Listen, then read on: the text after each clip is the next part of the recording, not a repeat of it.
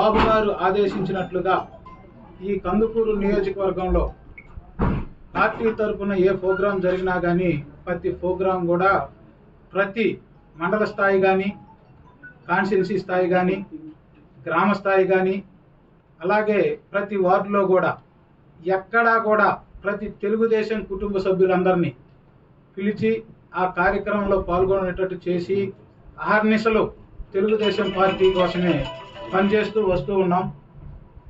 అంతేకాకుండా ఆ రోజు జరిగినటువంటి పరిస్థితుల్లో ఇన్ఛార్జ్ పదవి రానప్పటికీ కూడా ఆ రోజు పంచాయతీ ఎలక్షన్లో ఏదైతే ప్రతి విలేజ్ తిరిగి ప్రతి గ్రామ పార్టీ అధ్యక్షుడికి కానీ కార్యకర్తలకు కానీ మనం ఆ రోజు ఒక భరోసా ఇచ్చాం.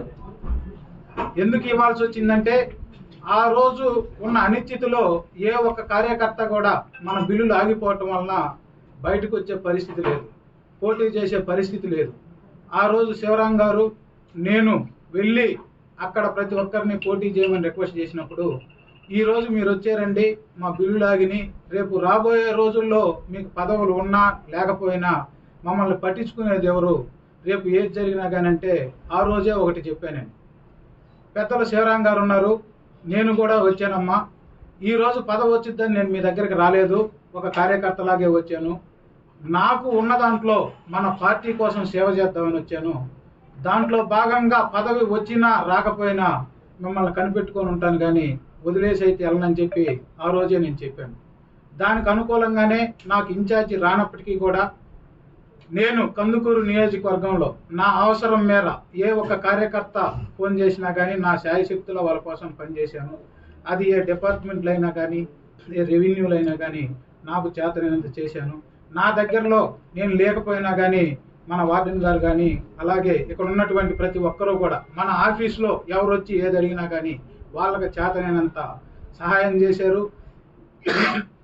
ప్రతి ఒక్క ఏదన్నా ఆఫీస్ పరంగా ఉన్నా కానీ వాళ్ళు ఫోన్ చేసి మాట్లాడటం జరిగింది.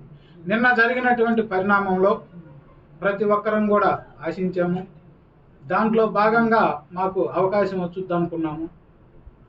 అయినా పార్టీ తీసుకున్న నిర్ణయం ఏదైతే ఉందో దాన్ని పునఃసమీక్షించుకోవాలని చెప్పి మా కార్యకర్తలందరూ కూడా అడుగుతున్నారు కాబట్టి నేను ఈరోజు ఇక్కడికి వస్తున్నానని చెప్తే మీరే చూశారు.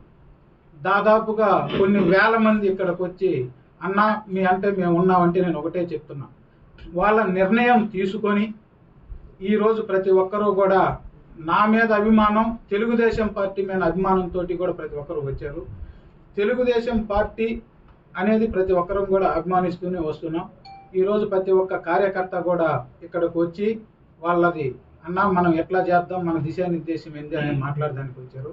వాళ్ళ నిర్ణయాలన్నీ తీసుకుంటాను. మళ్ళీ 2-3 రోజుల్లో మిమ్మల్ని అందరినీ పిలుస్తాను. అంతేకాకుండా రేపటి నుంచి నా తరపున ఏదన్నా పార్టీలో సర్వేలు వెనకబడ్డానని చెప్పి ప్రతి మండలము ప్రతి విలేజ్ గడప గడపకి వెళ్ళి నా తరపున ఏదన్నా పొరపాటు జరుగుంటే మన నాయకులను కనుక్కొని నాకు అవకాశం ఇవ్వండి, మీరు పార్టీ దృష్టికి తీసుకెళ్ళండి అని చెప్పి ప్రతి ఒక్కరిని అభ్యర్థిస్తానని సెలవు తీసుకుంటాను.